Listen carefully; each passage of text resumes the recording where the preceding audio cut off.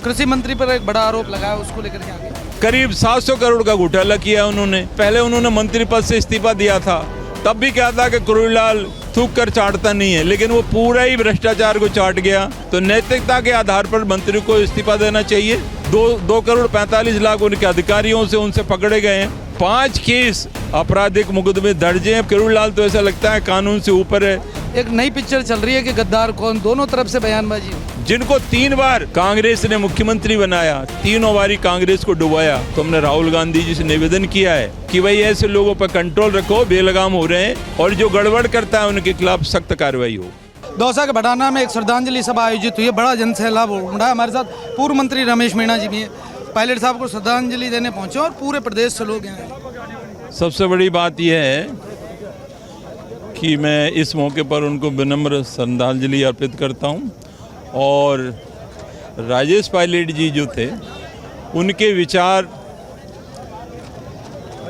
उनका जो जनभावना और उनका जो संघर्ष बताता है कि एक नीचे से आदमी ऊपर तक कैसे पहुंच पाता है।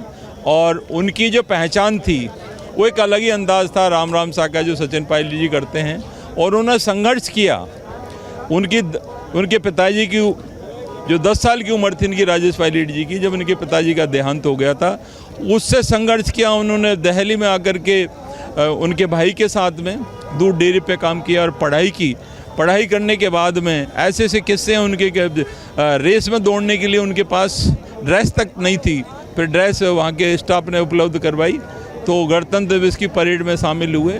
और इसी तरह एक एयरफोर्स में ऑफिसर्स की नौकरी मिली, एग्ज़ाम पढ़ाई की।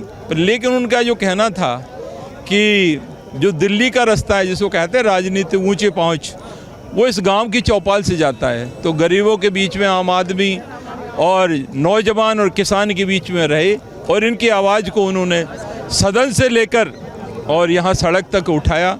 हर समय वो किसानों के लिए हितैषी से रहे, किसानों की आवाज़ उठाई, देश की रक्षा के लिए उन्होंने लड़ाई भी लड़ी। और चंद्रा स्वामी जैसे लोग जो भयंकर एक तरह से कह सकते हैं कि इस तरह साजिश रच रहे थे, ऐसे लोगों को उन्होंने गिरफ्तार कराया और सभी समाजों में एक ऐसा मैसेज दिया कि सभी लोग भाईचारे की भावना से रहें।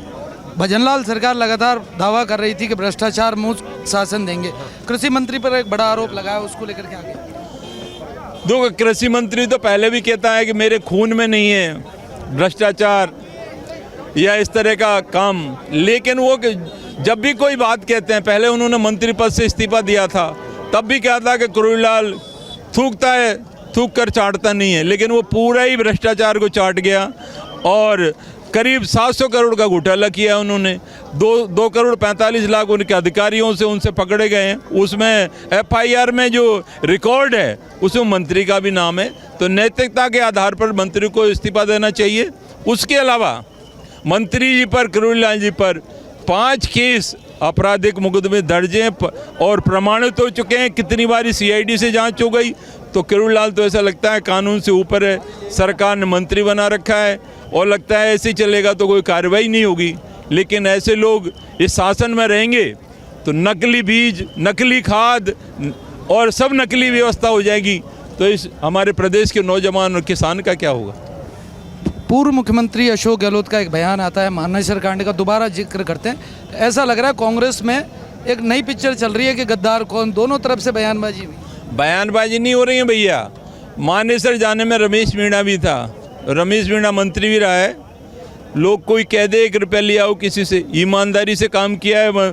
ग्रामीण विकास पंचायत राज बहुत बड़ा विभाग था, खाद्य आपूर्ति विभाग बड़ा था, उसमें काम किया है। किसी से 1 रुपया लिया हो तो बता दे माई का लाल। राजनीति क्या मुझे कह दे कि फांसी पे चढ़ जा, तो फांसी पे चढ़ जाएगा रमेश मीणा।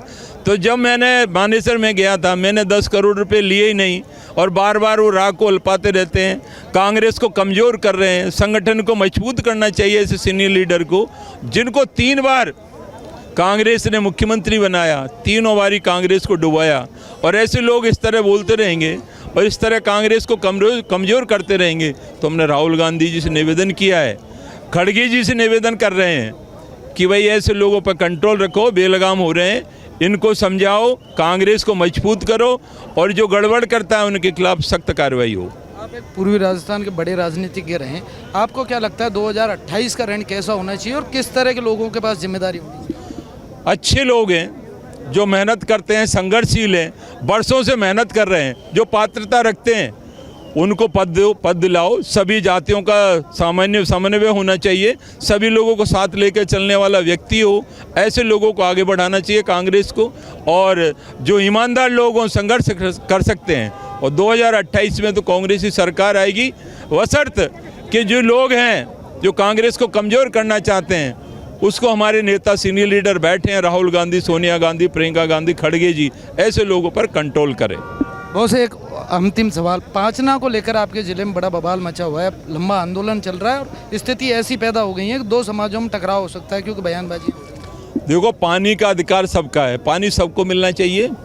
सरकार को एक कमेटी बनाकर एक उचित निर्णय लेना चाहिए कि भाई किसका हक है, कमांड एरिया में ये जो डैम बना किसके लिए बना, किसानों के लिए बना, पीने के पानी के लिए बना, तो पानी का हक उनका भी है और दोनों तरफ का हक है सब लोगों का, तो सबको पानी मिलना चाहिए, ऐसा निर्णय होना चाहिए। यदि इसमें कोई गड़बड़ है तो इन 10 सालों में जो वहाँ पर पैसा लगा है उसकी जांच होनी चाहिए कि प्रति वर्ष हर 5 साल में सैकड़ों करोड़ रुपए आते हैं, वो पैसा जा कहाँ रहा है। सबसे पहले तो मुद्दा बनता है 10 साल का जो टेंडर हो रहे हैं वहाँ पर उनकी जांच हो, उसके बाद में पानी का निपटारा नहीं होता है तो सरकार दूसरा भी डैम बना सकती है, उससे इसका बिल्कुल रास्ता साफ हो सकता है, किसी को कोई दिक्कत नहीं आएगी। दोनों समाजों से सदैव भाईचारे की भावना से रहें और भाईचारे की भावना से रहेंगे। ये तो पानी की समस्या है, कुछ राजनेता हैं अपनी अपनी राजनीति सेक रहे हैं, कुछ नए नेता हैं जो उठ करके खड़ा होना चाहते हैं। सरकार को तय करना चाहिए, बड़े बुजुर्ग हैं दोनों समाज के, उनको बैठ के समस्या का हल हो जाएगा 2 मिनट में, कोई बड़ी बात थोड़ी है। अब उसको चलाना है रस्साकसी में, नेताओं के पीछे रहेंगे पटेल, तो गड़बड़ तो होगी। तो ये थे हमारे साथ रमेश मीणा, जिन्होंने तमाम मुद्दों को लेकर हमसे बातचीत की। साथ ही उन्होंने कांग्रेस में पिछले दिनों से चल रही बयानबाजी, पूर्व मुख्यमंत्री अशोक गहलोत पर भी निशाना साधते हुए कहा कि मानेसर जाने में वह भी थे और 10 करोड़ रुपए के जो आरोप लग रहे हैं वो निराधार है। साथ ही उन्होंने प्रियंका गांधी, राहुल गांधी और खड़गे से अपील करते हुए कहा कि कांग्रेस के कमज़ोर करने वाले लोगों को कंट्रोल करना चाहिए, क्योंकि राजस्थान में जब 2028 का रन होगा तो संगठन लगातार जो मेहनत कर रहा है उसके रिजल्ट गुटबाजी की वजह से बिगड़ सकते हैं। सरकार रिपीट होने पर बड़े सवाल खड़े हो सकते हैं। लोकेश नागर, रिपोर्ट भारत, जयपुर।